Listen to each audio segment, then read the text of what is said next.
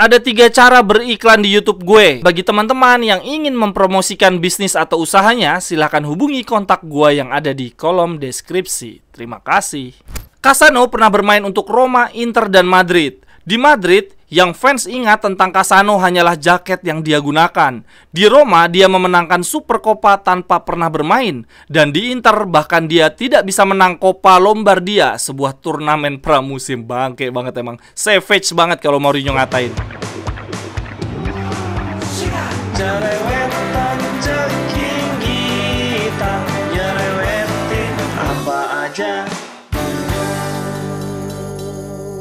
Teman-teman, yang sedang kalian saksikan saat ini adalah Cerewetin Seri A. Apa kabar teman-teman tifosi semuanya? Semoga dalam keadaan sehat, selamat berakhir pekan, dan selamat Hari Raya Paskah bagi teman-teman tifosi yang merayakan.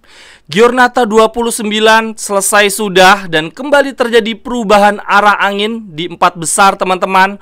2 tim ibu kota, Lazio dan Roma, sama-sama menang dan keduanya sekarang berada di zona Liga Champion. Hal ini membuat Inter harus terdepak dari zona Liga Champion. Dan yang lebih parahnya lagi, kalau Juventus bandingnya diterima, pengurangan poin mereka dikembalikan, berarti 2 tim dari kota Milan, AC Milan maupun Inter akan terdepak dari zona Liga Champion.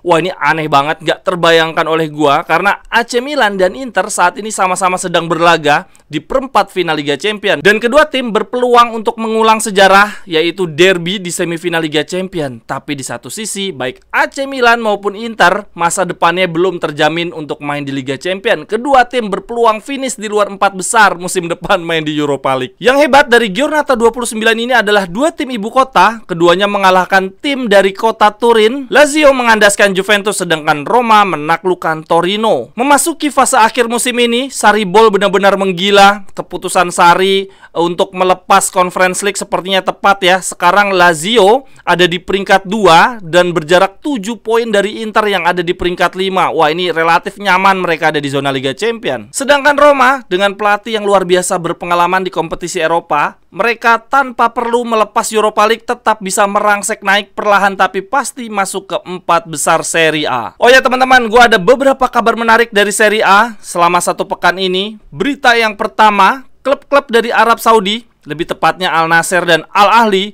menawar Jose Mourinho gaji 120 juta untuk 2 tahun. Gila banget. Menurut Corriere dello Sport, Mourinho sudah memberitahukan stafnya untuk mempertimbangkan tawaran ini. Kalau menurut teman-teman gimana nih? Apakah Mourinho mau melatih Arab? Karena sejauh ini yang gua tahu Mourinho tuh senang dengan kompetisi tingkat tinggi ya.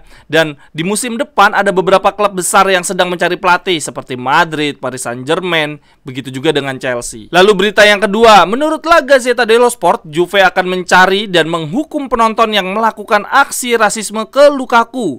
Hukuman yang diberikan adalah dilarang masuk ke stadion seumur hidup. Luar biasa. Lalu berita yang ketiga, ini cukup mengejutkan dari media namanya El Messaggero. Di sini dikatakan bahwa ada kabar mengejutkan dari kota Roma, yaitu Lazio dan AS Roma menjadi target penyelidikan atas transfer mencurigakan demi menutup capital gain dari tahun 2017 sampai dengan 2021. Para pimpinan manajemen, baik yang terdahulu maupun yang sekarang, akan menjalani pemeriksaan. Antara lain ada Pallotta, Friedkin, Iglitare, Lotito, dan Baldissoni. Ini kalau gue lihat-lihat dari nama-nama pemainnya, dari Roma ada De Vrij, ada Kumbula, ada Luca Pellegrini. Sedangkan dari Lazio ada Akpar Akpo, Cisarelli, dan nama-nama pemain Lazio lainnya nih nggak ada yang gue kenal. Kemudian lanjut dari berita yang keempat. Ternyata di Serie A hanya ada 4 klub yang memiliki stadion sendiri. Selain Juventus yang sudah punya stadion sejak tahun 2011, ada juga Atlanta yang sudah punya stadion sejak tahun 1928.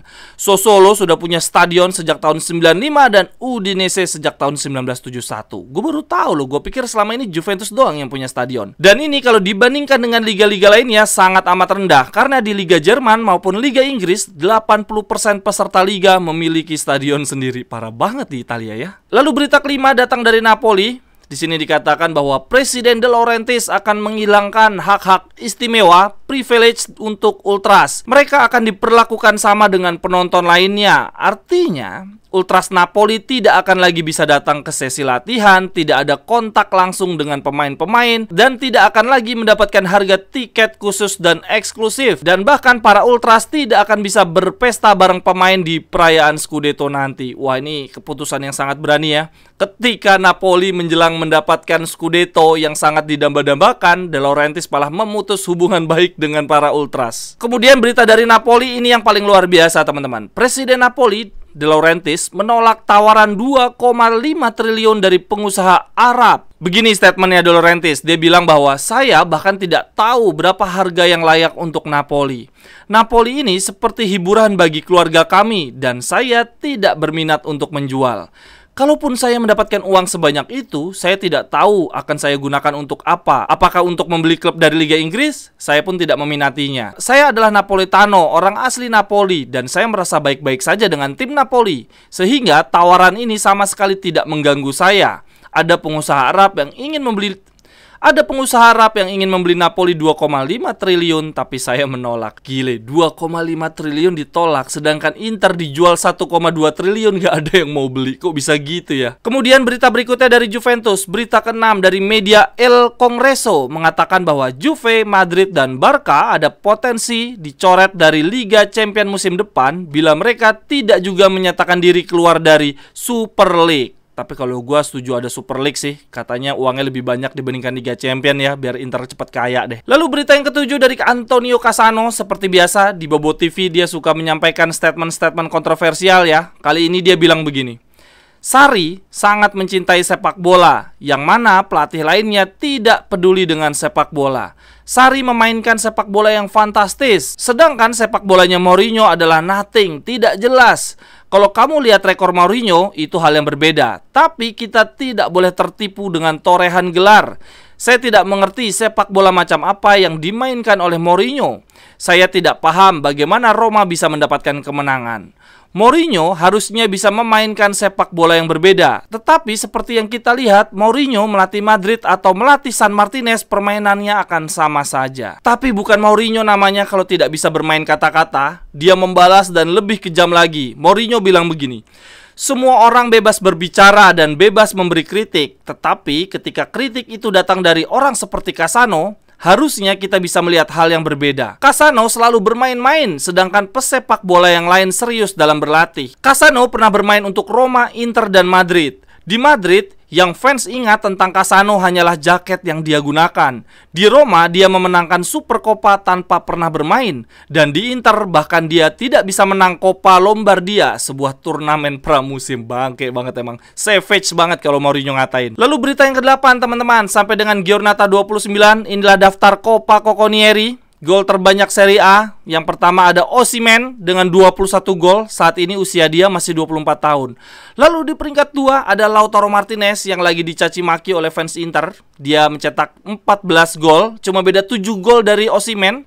Lautaro sendiri usianya saat ini 25 tahun.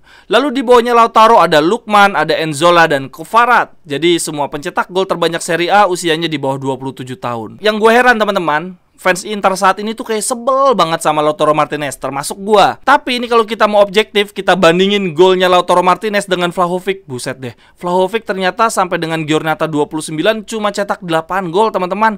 Cuma 1 gol lebih banyak dibandingkan Dzeko. Dzeko itu total golnya 7. Bahkan Tammy Abraham pun cuma cetak 6 gol. Rasa-rasanya fans Inter kurang adil ya sama Lautaro Martinez. Lalu yang terakhir untuk cerewetin Serie A hari ini, Bolonya berjarak hanya 5 poin saja dari zona Eropa. Musim ini Thiago Motta luar biasa. Dia sudah 2 kali mendapatkan gelar Coach of the Month. Apakah bulan ini dia akan kembali menang? Bolonya di musim ini memang luar biasa teman-teman. Mereka menang 2-0 atas Atlanta, seri 0-0 atas Lazio, menang 1-0 atas Inter, dan menang 2-1 dari Fiorentina. Sekian dulu untuk cerewetin Serie A hari ini teman-teman. Silahkan pendapatnya dari berita-berita yang gue bacain tadi. Silahkan tuliskan di kolom komentar. Atau teman-teman punya berita menarik apa nih dari klub favorit teman-teman. Sampai ketemu di cerewetan-cerewetan berikutnya. Bye-bye, thank you. Cerewetan